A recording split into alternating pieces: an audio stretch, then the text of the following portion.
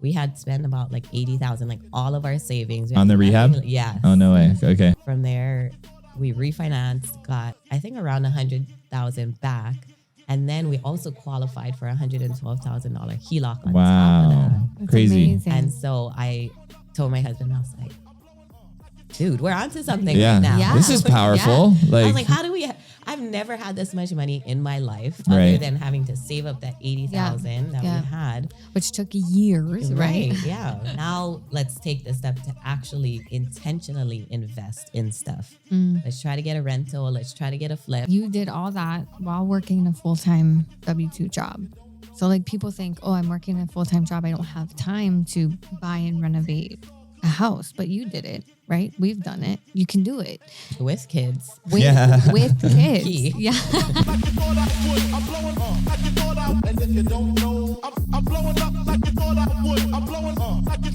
On this episode, we are talking with our friend and Maui native, Zasha Smith.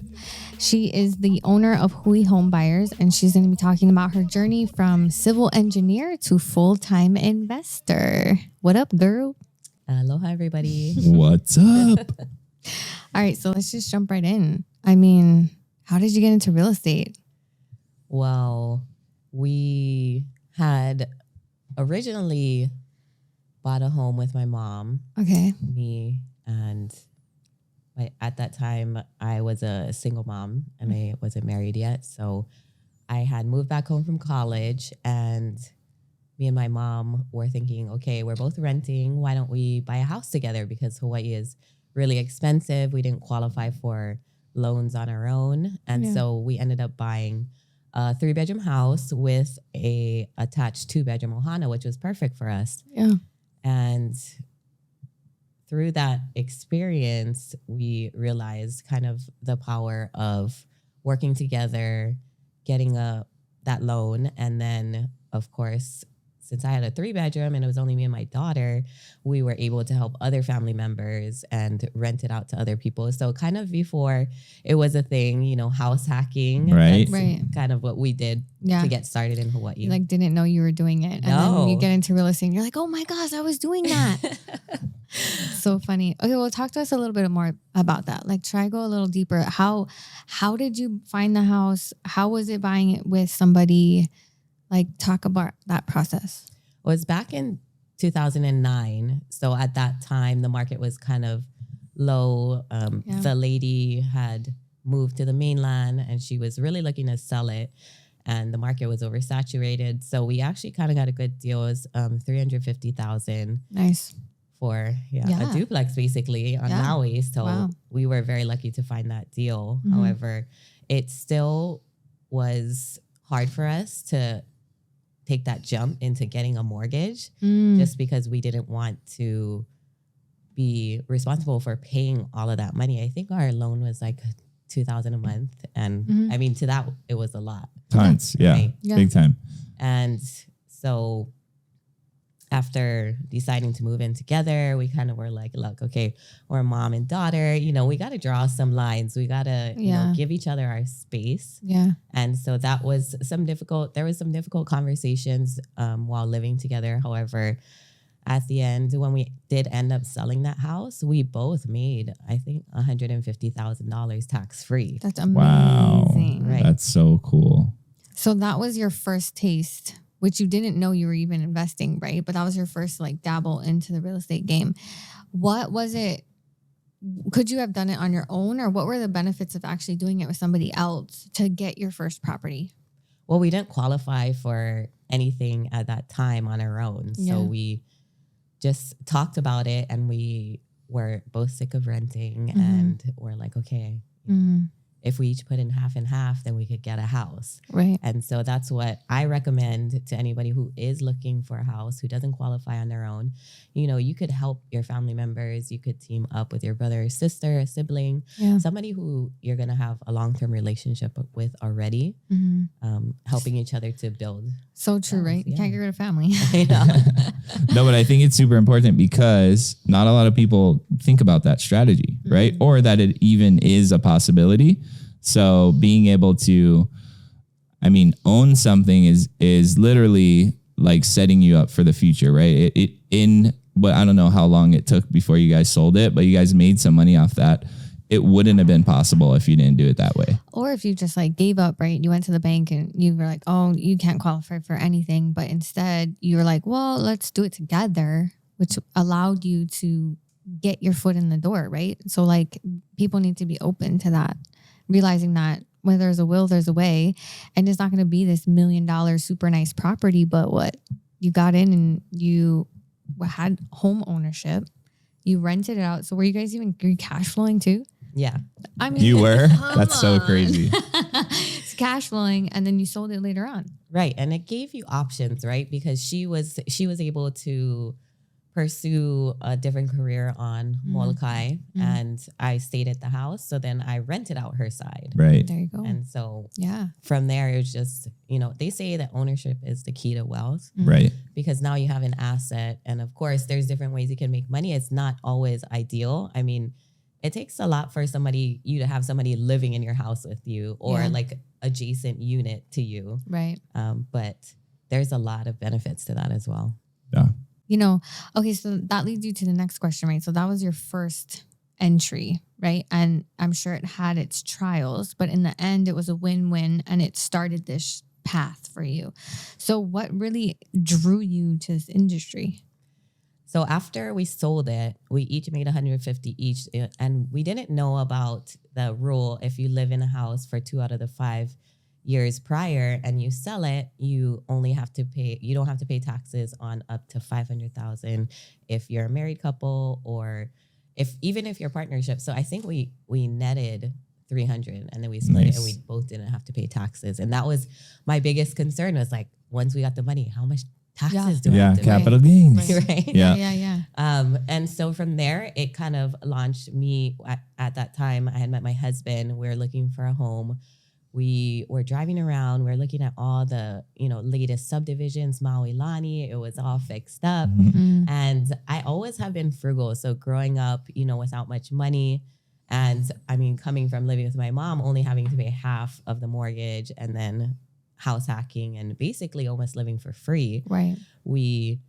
I wanted to not really take any more risk. And so we drove with our realtor to a foreclosure. And he was like, oh, hell no.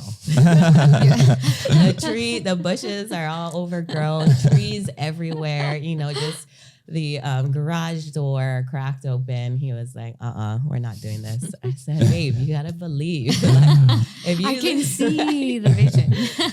And he had been coming from this is his first home. So he's like, I want it to be with my wife and this is where we're gonna raise our family. Yeah. So it took a little while to convince him, but I reassured him hey, look, we can fix it up. So whatever money we have in the bank, we'll just use that to fix it up. And so he kind of bought into that. And from there, he's a plumbing contractor. Okay. He had a lot of contacts with other contractors and made it a little bit easier for us to find people to do the work. Yeah.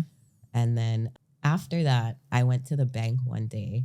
We had spent about $80,000, all of our savings. On the rehab? Yeah. Oh, no way. Okay. So you bought it traditionally, right?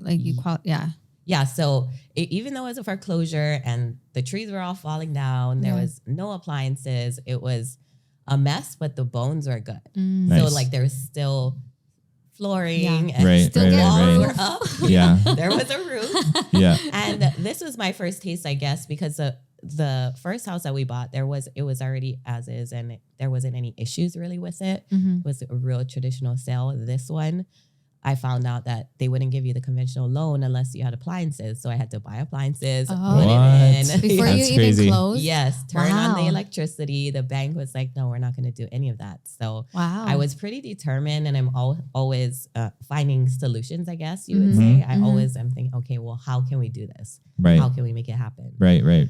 Threw the appliances in there, turned on the water and electricity, and then this loan better close. We got to get this. And so after we fixed it up, I went to the bank and I was, like local people were just like, oh, auntie, oh, we have no money and we just spent it all in this house. And she was like, oh, why don't you do a cash out refi or a HELOC? And I was like, what is that? What is that? Yeah. I can do that? I was like, she's like, yeah, you're working, right? And your husband? I was like, yeah. And she was like, well, I was like, I don't know if they'll give it to me because we just got a loan for the house. And she's like, just try. Yeah. And so we did. And from there, we refinanced, got, I think around $100,000 back. And then we also qualified for $112,000 HELOC on top of that. That's crazy. Amazing. And so I told my husband, I was like, dude, we're onto something Yeah. right now. Yeah. This is powerful. I Like, was like, how do we, I've never had this much money in my life other than having to save up that $80,000 that we had. Which took years, right? Yeah.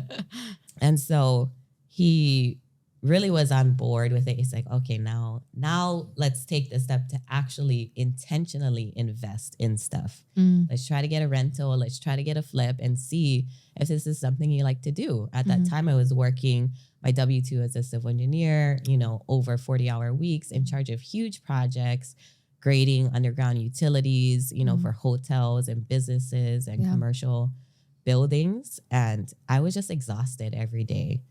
And so after we had fixed up the house, I was like, okay, let's do that's kind of the turning point in my head where this home that we're living in, everybody, wants to buy a house, but there's so much more to it. All this equity that we just got $112,000 out of doing nothing. Right. So yeah, totally. Yeah. I think that's crazy that, you kind of got started and didn't even know you were investing in real estate, right? Yeah. Like it was out of necessity. I think we were talking to someone else recently and that's kind of how it started for them too. And it was like, it was almost like an organic evolution for you in like moving into the real estate investing space. And you found all of these strategies on your own. I think that's super, super cool where I think for a lot of people, they run into a wall and they're like, what do I do now? Right. You've been a firm believer of continuing to search for what the solutions are and, finding those things out. I think that's super cool. Well, yeah. I mean, a couple of things I want to mention is you did all that while working a full-time W-2 job. So like people think, oh, I'm working a full-time job. I don't have time to buy and renovate a house, but you did it, right? We've done it. You can do it. with kids. With kids. Key. Yeah. Yeah, that adds a layer for sure. And then you just found these strategies by asking questions, just like talking story and asking questions. And you didn't care if you thought you were stupid or you didn't know something, right? You're just like, auntie, I just spent all this money. I'm broke. I'm broke. What do I do? And then boom, right? Yeah. And I think throughout my life, so everybody asks like, okay, how do you become successful? And for me, I just always had a curiosity. And even before going to college, I was like, oh, I can't really do that because I don't have any money.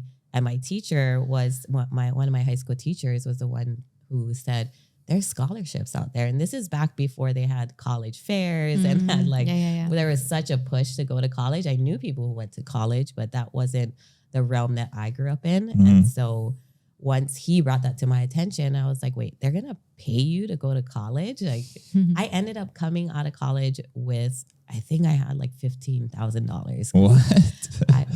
That's crazy. I got the Gates Millennium Scholarship where they give you a stipend for housing and food on top of paying for college. Wow. And so I was always very frugal and mindful of my money starting from young. And my mom always made me help her balance a checkbook to be like, look, we literally don't have money. Right. I'm not lying I'm not to just you. being a person to you. I'm not letting you have what you want. Right. So I think that just all of my life experiences have taught me to just persevere and ask people questions. Like, don't be shame. And even people now, when they come up to me, I'm like, I'm an open book, and I believe that if I can do it, anybody can do it. So no question is too beneath you to ask me. Exactly. Yeah, I think we're the same way. Like we always look at each other and we're like, dude, we're just nobodies, right? Like we're just regular. Yeah, we're just regular people. And like we're like got into it and started doing it and we're seeing some success. And then we're like, dude, we just need to elevate everyone around us, right? And like show people that anybody literally can do it. It's like once you get a taste, right? A small taste of the power of what genuinely real estate can do for you, it's contagious. You want to share it with people because you're like, I have the answer. I have the key. And it's not super hard. It's actually simple. You just have to take the next step. So yeah, just scream it from the rooftops. Oh, I do. My family knows it. They always tell me, can we not talk about real estate tonight? And I'm like, yeah, but did you see that house over there? And like, okay, so then you bought your primary residence, did a refi on it, and then your husband and you were like, let's go buy some rentals. So how did you find those?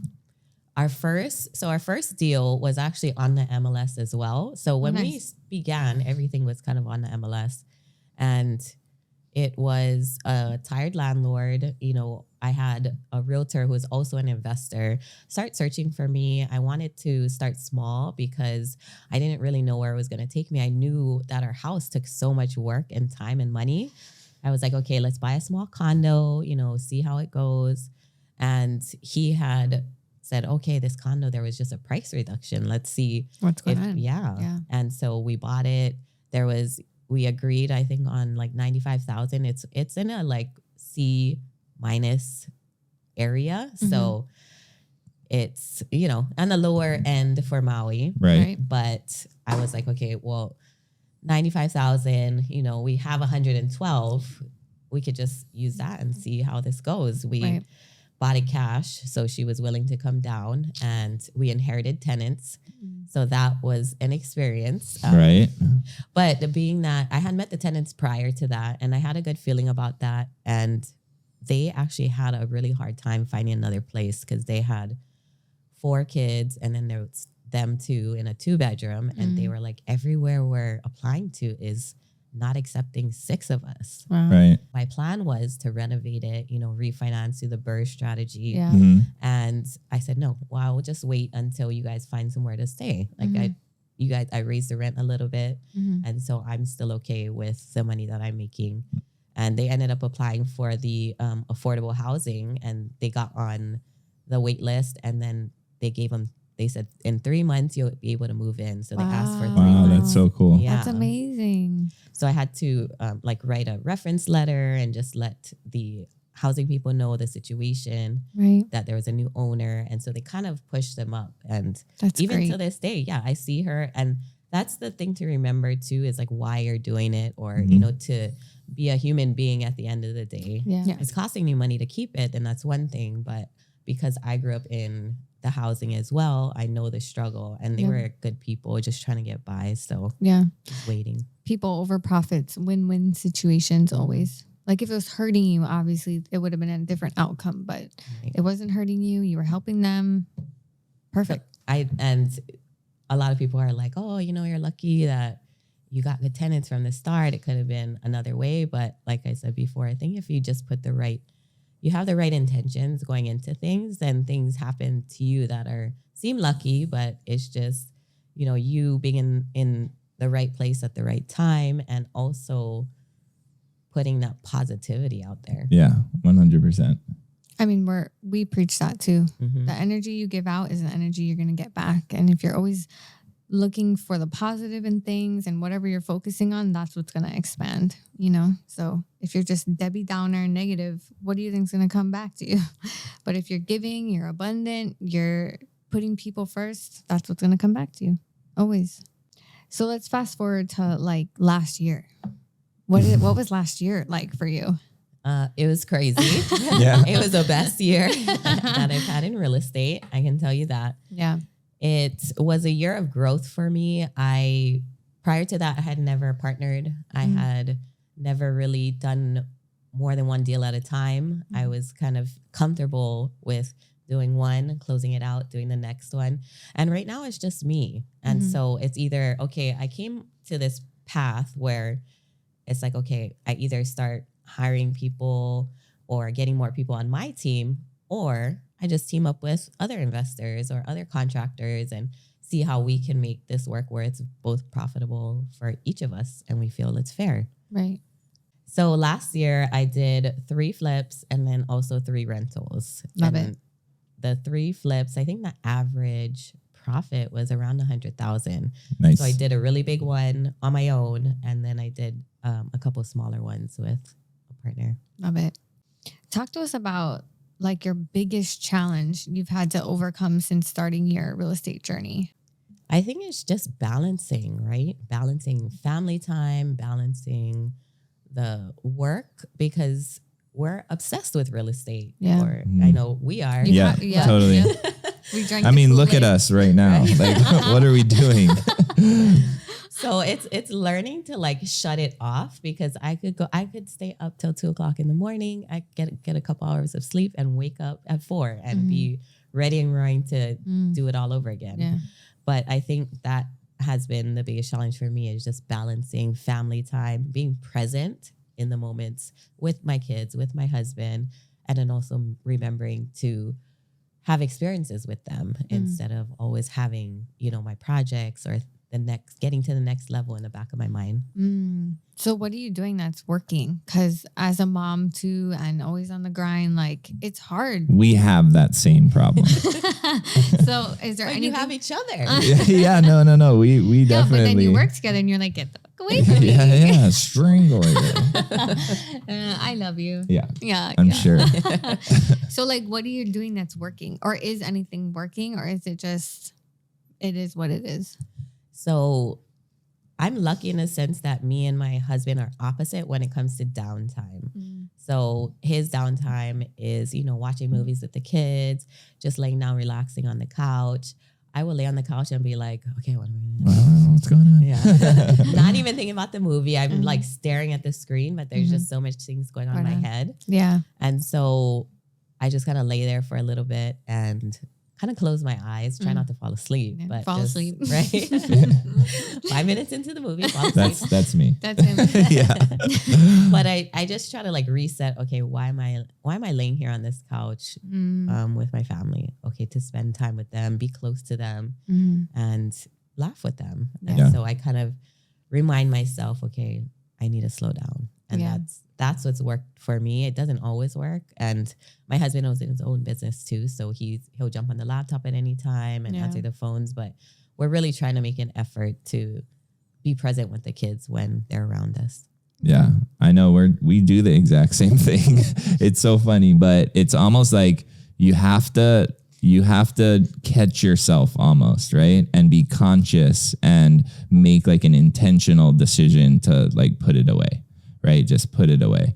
And I think that's so cool that's what you brought up as your struggle. I mean, we often think about like, oh, that my contractors, like I can't get contractors or, oh, I don't have enough deals or, like a lot of the struggles that you hear about, but we're both family people, right? We have young kids. And so I think that's like an important thing that not too many people talk about. So I love that. Yeah. And the struggle is real. We're right there with the girl. I think what's working for us right now is just Sundays. Like we're like, Sundays is no work. It's just the kids, nothing else. Sometimes it works, sometimes it doesn't. But I think we're lucky too, because some have more of a problem, I think, turning it off, but we're also opposites. So like I get up super early in the morning and she sleeps in. yeah, you guys are the same. And like then that. I turn off at night and she'll work till like midnight. So like we balance each other out in that way. But I think you never really have or achieve balance. You just do your best. Like, honestly, it's like controlled chaos, but harmony in controlled chaos. yes. All right. So let's flip that. Like, what's the biggest triumph or like the biggest victory you've had on your journey of real estate so far? I guess it wouldn't, like, bringing back to your point, it's like when I think of hard times or, wins, I always think of other people. So for me, my biggest triumph was helping other people get started, get their first deal, helping them pay off their debt, and really just change their way of thinking and open their eyes to know that they can do exactly what I did. Or, just having that abundance mindset and knowing, not limiting yourself and watching people grow as individuals it's amazing to me, because I see the struggles from the start, that they have a hard time picking up the phone, talking to a seller, get so nervous. And for me, I've never really had that issue. I just go, right? Like I take action. Yeah. And so it's the growth in other people that I feel like is my biggest accomplishment, is if I added to their journey. It's that emotional income. Yep. We talk about it all the time. Yeah. Well, I mean, what's the point of doing it all if you keep it to yourself and you don't share it and you don't spread it to the people so that they can experience it too? Yeah. I love that. Sometimes it gets frustrating because I'm telling you, wake up. I'm like, I literally feel like this is like, I know this is the way, right? Like this is like, we have everything that we could want through this journey, and we'll tell people and they're just like, it's hard to give it away sometimes. But well, the thing is too, is people like, we all get into like real estate for the money, right? In the very beginning, until you start peeling back the layers, and then you realize that money's just the ticket to get you what you really are after. And then it's like, when you know that this strategy or this industry can have such a huge widespread impact on people, and then people's people and people's people, it's like you only want to make sure that they get it, So I love that. Right. And I think I remember, when I was working my job and I was on salary, a 40-hour salary, but I was working 60 hours. It's like, why? Yeah. And I take myself back to that place. It's because I didn't really know anything better. And I was, fearful of real estate because of the crash and all these kind of things that happened previously, foreclosures and all this kind of stuff. So you have every right to be, a little cautious about it. But once you see somebody, especially like me or one of your peers or somebody around you who's successful and has been for a few years, now it's time to jump in and kind of emulate that, or figure out, okay, what is she doing that I can get in on, or how can I, be around this person? And that's why I've had a lot of people contact me and like, come to my warehouse, come to my, shop, and come to my jobs. Like, just, they're like, oh, really? And why not? Let's go. Yeah. It's not going to hurt you. Right. Exactly. What's the common questions people are asking you or reaching out to you about? Is it like, how are you doing what you're doing? How are you buying $1 million houses? You know what I mean? Yeah, it's mostly, I guess, the overall question that I get asked the most is like, how are you buying these things? Oh, I thought you had all cash. I'm like, from thin air. Okay. People are like, you're so rich. Right. And you're like, ah. That's so funny. Yeah, I love that. So, but do you have any teams? You talked about partnerships. Like, what does your business look like now? Right now, I have probably about 4 or 5 people that come in throughout the week, basically interning. I want to help them get their first deal. So they'll call my list, they'll text them, they'll do follow-ups. But mainly my source of deals comes from referrals. So I don't really need to do much. And that's why I tell people, they're like, oh, what do you do for deals? But it's kind of like I've been doing it for 3 years. So I've built relationships with people and I continue to do it as well.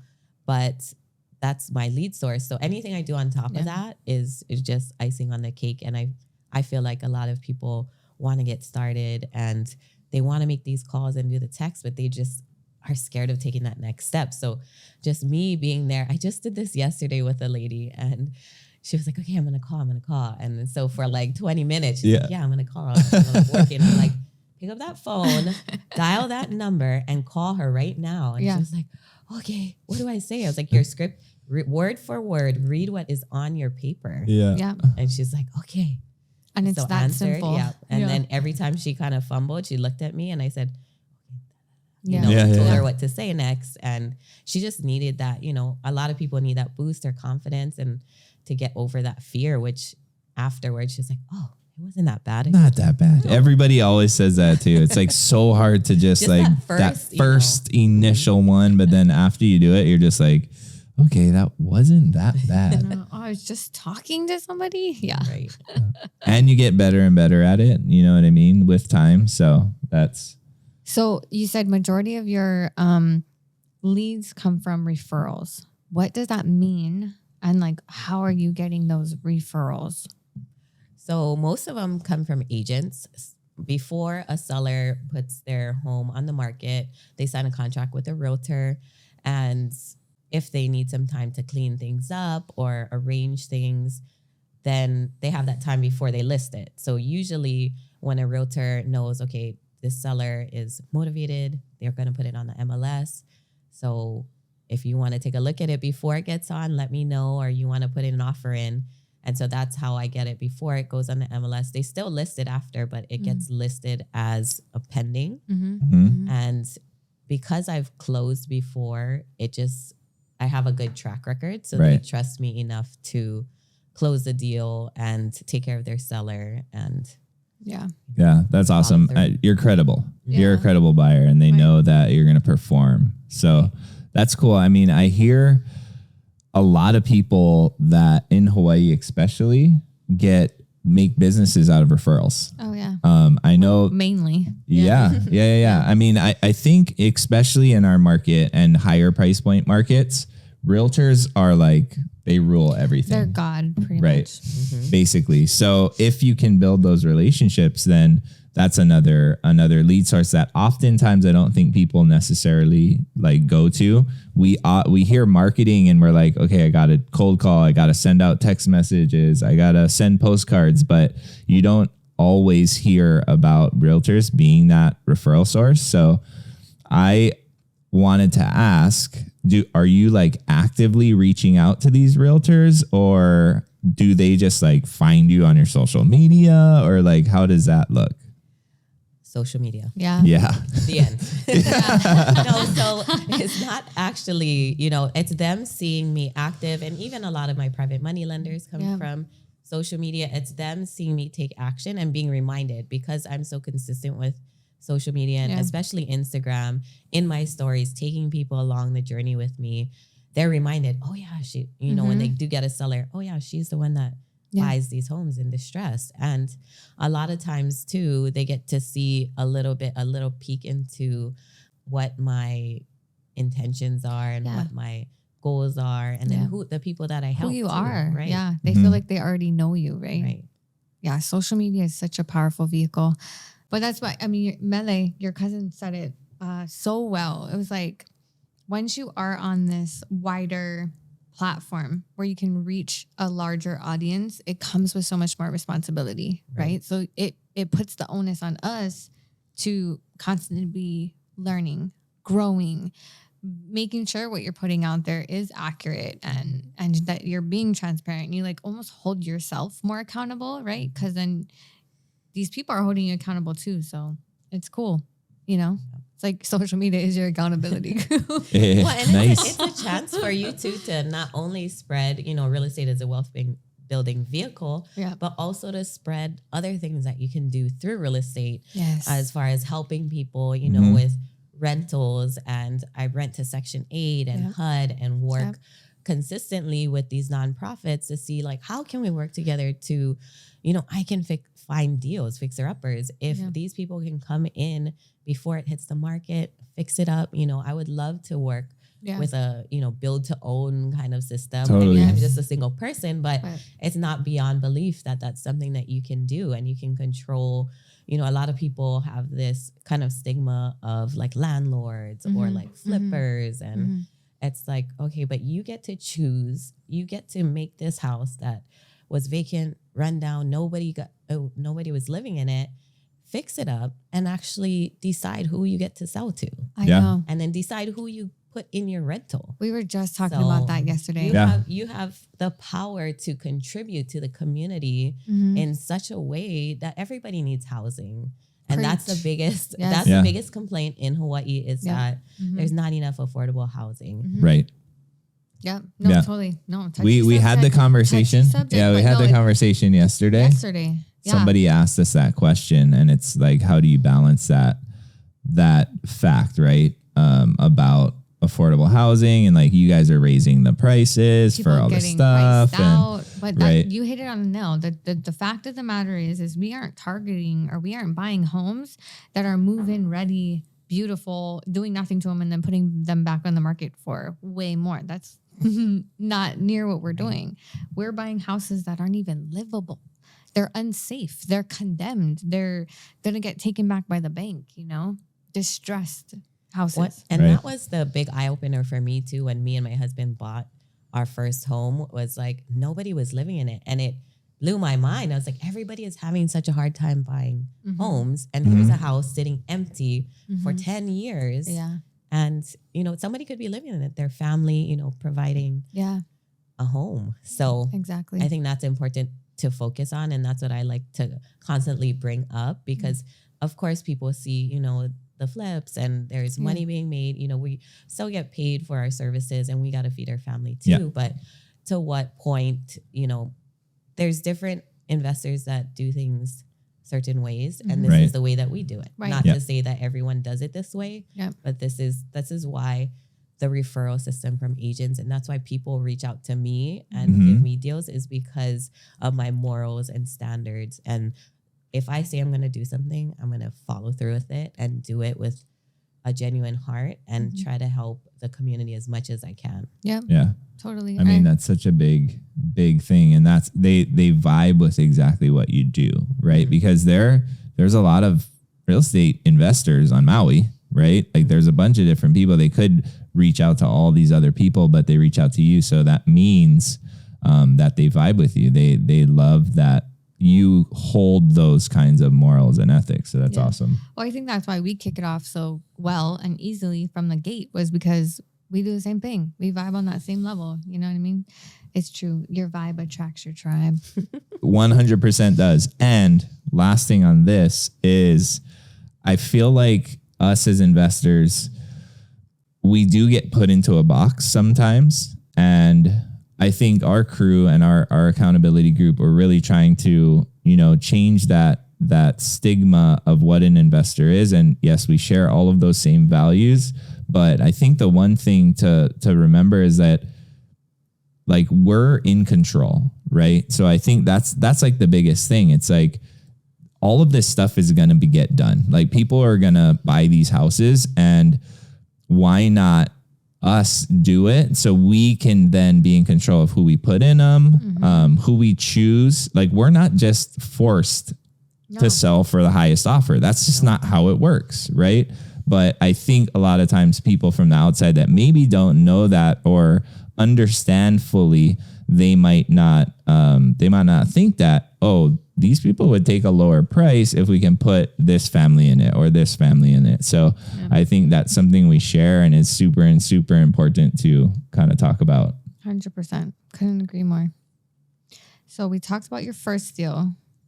Tell us about the last deal that you did. So the latest deal was a rental. It was an Airbnb. So I had met with my accountant and in December. She's like, hurry up and buy something, girl, now, right now. Like, you need more depreciation. And I was like, what? I didn't buy it. And she's like, no, What a bad problem to have. Good horrible position. But it had to get done. And so I put it on social media that I was looking to buy a rental. Or I remember that. Yeah, I remember. You brought it up a few times with us too. Yep. So I just kind of put it out there, and a realtor came, kind of the same scenario as my first deal. And she was like, hey, this lady just dropped the price on this condo and his Airbnb. Would you be interested? And I was like, yes, I am. Absolutely. Nice. And so we had got it under contract, that we had negotiated way lower. I think she initially listed at $375. The as-is value was around there. And then she dropped it to the $355. Nice. And then once we walked through it, there was some plumbing issues with it, and there was some mold spores growing. You know, dun. The scary word. You know, there was some not just cosmetic things wrong with it. Right. And so we negotiated it down to 310. Nice. Yeah. And That's so awesome. we just bought that. We had to wait. So December 30th, right before the last day of the year, we closed. Yeah, nice. Nice. And we just started renovations this week because it took 2 weeks to get through the HOA. The lovely HOAs. Oh my gosh. We love HOAs. So much paperwork. And this is people don't realize too. It's like whenever you are buying something that does have an HOA, you have to get a lot of things approved before you can start. Yep. Even our materials had to be approved. Yep. Was your flooring a certain Rating. Thickness and rating. It Yeah. has to be soundproof. Yeah. Can you tell we know what you're talking about? Right? Yes. No, you know the struggles. Oh So, my gosh. we're starting on that and excited. It's a studio. It's a small one. I'm going to see, I'm going to try to get a property manager, but if I have to manage it myself, then I will. But it's just kind of see how the short-term game goes. And I know I want to stay there too, and get to enjoy That's the cool part. And then that's actually a tax strategy too that you get benefits for. It's a Yeah. write-off. Yeah. Yeah. That's cool. Yeah. Staycation. So that was that deal. And once it's fixed up, the ARV should be around 450. So Oh, nice. That's That's super dope. It's a reno. I know it's a studio, so is it? it'll probably be around like 20 or 25. Yeah. Yeah. We have a 1-bedroom and it's about 30. So Yeah, 30 or so. yeah. And then all the furniture and it's like more than just a normal flip, right? I know. So now I'm having to go to that process, and then I can see, do I want to continue doing, Yeah. short More term? of those, yeah. Facebook Marketplace, girl. For furnishings, for sure. Just And- be prepared to have all kind of crazy stuff show up at your house. Facebook Marketplace, Amazon, and Target. Oh my gosh. Okay, well, congrats. When is that one going to wrap up? Do you know? So in 2 weeks, it should be done. We actually have to wait for the countertops. So that's why it's going to take a little bit longer, because I'm used to doing maybe like two weeks, 2.5 weeks, but it'll Nice. probably be 3. Love it. So what does 2022 look like for you? Like, I know with our Hawaiian, our accountability group, we're like big on goals and goal setting. So like, what are you working on? Well, now we're in a comfortable place in our life where I've been investing for a few years. My husband owns his own business that's doing very successful. So we want to give back. I want to speak on more stages and influence more people, help people get their first deal. That's more of my concentration rather than a monetary goal. But also, instead of last year, I did, a few flip projects and made a good amount of money. This year, I want to focus on passive income to get to a point where I think it's like 20,000 is our like safe Good amount. point. Our comfort Yeah. point. Yeah. Right. Right. Where we can start to now travel more with our families. Yeah. So like I said, the balancing part has been the biggest challenge. So this year I want to kind of take my foot off the gas a little bit, not too much. Right. Zasha, take her foot off You're the gas. redirecting it into another place. But Yes. yeah. Yeah. And Super cool. do more family trips together. Love Nice. that. So are you going to keep buying rentals on Maui, or are you going off to the mainland? Like, what is how are you growing? Yeah. How are you going to passive get to income? that 20 grand a month? Well, I started investing in syndications. I actually just last week invested in my first one. Nice. And they are bringing me in as a GP. It's like the company is a GP. And there's like 10 of us, I believe, who's coming in like that. And Yeah. from what I've heard, it's good to be that instead of an LP. I'm not really too sure of the logistics. Yeah. Right. They were just like, we're closing, the members who can jump in the company tomorrow. Do you want in? I was And like, you're like, yeah. Okay. the struggle of an investor, Let's right? do it. Yes or no, and make it in 30 seconds. But literally, I feel like that's my entire life. It's either yes or no, which is good because Yeah. it doesn't leave me too much time to dwell. It's No. like, okay, Yeah. I can take a chance on this. That there's very credible investors a part of it. They know finances. Tried to explain to me, went right over my head. You're like, oh yeah, I trust you. It's all right. They're like, here's this Let's go. 100-page document on what's gonna happen. I was like, all right, but it's good, right? We're gonna make money. Okay. Okay. Yeah. Nice. Yeah. But so I want to do larger deals and more things like syndications and things like that to kind of get to that goal. Yeah. Mhm. And I'll probably still keep buying rentals if good deals come up, but Right. Yeah. that won't fully be my focus. That's so Nice. exciting. So where's that deal at? in Texas. Texas. I know we are thinking about syndications and stuff. Well, for sure, commercial. Yeah, the commercial space. Because I just want to put my nonprofit into something that I own, and not pay rent. And then if it has mixed use too, throw a couple rentals in there, like, let's do it. Right. That would be ideal for us too, for my husband's business, because they have a lot of vehicles. Yeah. And we have like 7 guys that work for us. So Yeah. Nice. Yeah. buying a warehouse would be Right. amazing for him. And then putting an apartment building on there. There you go. 2022 Slap an goals. apartment building on the top. Let's go. Okay, so we'll close it up with this one. If you could go back to the beginning, what's one thing you would do differently? Definitely network a lot more, meet a lot more people, not think that I was on my own and this is, my journey to do. And I got to learn everything, all the ins and out by myself. There's so many people out there like you and me and other investors with the same abundance mindset, thinking like, okay, we want to help newbies. Yeah. And so reach out to those people. I mean, so many people are active on social media. They're easy to get a hold of. So definitely would have reached out to more people or maybe even trusted more people to guide me in the right way. I think when I first started, there was a few investors who kind of turned me off or were like, oh no, you got to figure that out on your own. So I kind of was like, okay, I'll do it. Yeah. Been there. Right. Yeah. Similar starts we've had. So. Well, and it does close you up, because that hurts, right? When you're reaching out and then you get rejected, that doesn't feel good. So then you get that mindset that's opposite of abundance, where you're like, fine, I am going to figure it out and I'm going to kill it. Right. But then I think that's what made us into what we are today as well. Right. Because it makes you understand what you don't ever want to be. Right. Yeah. And it really kind of made us to be like these people that are like, yes, let's help. Well, we let's know what elevate. that feels like. And so we don't want to do that to somebody else. Right. And so even some of them have come to me and are like, I can't believe you're putting that all out on social media and how you're getting your deals. And I'm like, well, that's the reason why I'm doing this, is because I want to help other people. Right. I want them to have what I have. And if they need help and we're able to partner and we both can make money or make a win-win situation and make sure that the seller is taken care of, then why not help? You can help multiple people. Totally. Right. Yeah. Well, it's so funny when people say that, right? Because it's like, but you're missing the key ingredient. It's because I'm doing this that I now have all of this opportunity, because it's coming back to me. Yeah. What impact do you want to leave with the audience? Last words, impact, anything you want to leave with the audience. Okay. Last words, change your mindset and that will change your life. Boom. Mic drop. Love that. That's so good. Yeah, it is.